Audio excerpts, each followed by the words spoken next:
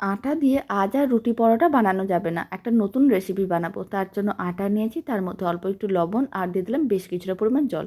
খুব ভালো করে মেখে ডোটা রেডি করতে হবে। ডোটা রেডি করে নেওয়ার পরে এক সাইডে রেখে দিলাম। এবার একটা মিক্সিং বোলের মধ্যে সেদ্ধ আলু নিয়েছি, স্বাদ অনুযায়ী লবণ, আদা বাটা আর আমি দিয়ে দিলাম ভাজা মশলার গুঁড়ো, অল্প একটু লঙ্কার গুঁড়ো। খুব ভালো করে মিশিয়ে নিতে হবে, আলুর পুরটা রেডি করে নিতে হবে। আর মেখে রাখা ডোটাকে আরেকবার ভালো করে মেখে নিতে হবে, তারপরে লেচি কেটে নিতে হবে। একটু বড় সাইজের লেচি রেডি করতে হবে, তারপর বড় করে বেলে নিতে হবে রুটির মতন করে। আর এরকমই আলুর পুরটা ভালো করে চারিদিকে ছড়িয়ে নিতে হবে। এবার কয়েকটা চিজ স্লাইস নিয়ে মাঝখানে এইভাবে ছড়িয়ে দিলাম। তারপর একটা ছুরির সাহায্যে এইভাবে একটু বড় পিস করে কেটে নিতে হবে, এতে লেয়ারটা ভালো আসবে। এদিকে আমি নিয়ে নিলাম আটা, ময়দা আর আমি দিয়ে দিলাম ভাজা মশলার গুঁড়ো।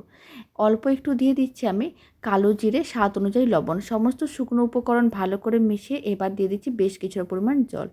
পাতলা করে ব্যাটারটা রেডি করতে হবে, ব্যাটারের মধ্যে ডুবিয়ে তারপর গরম তেলের মধ্যে দিয়ে দিতে হবে। আর মিডিয়াম টু হাই ফ্লেমে উল্টে পাল্টে লাল লাল করে ভেজে নিতে হবে।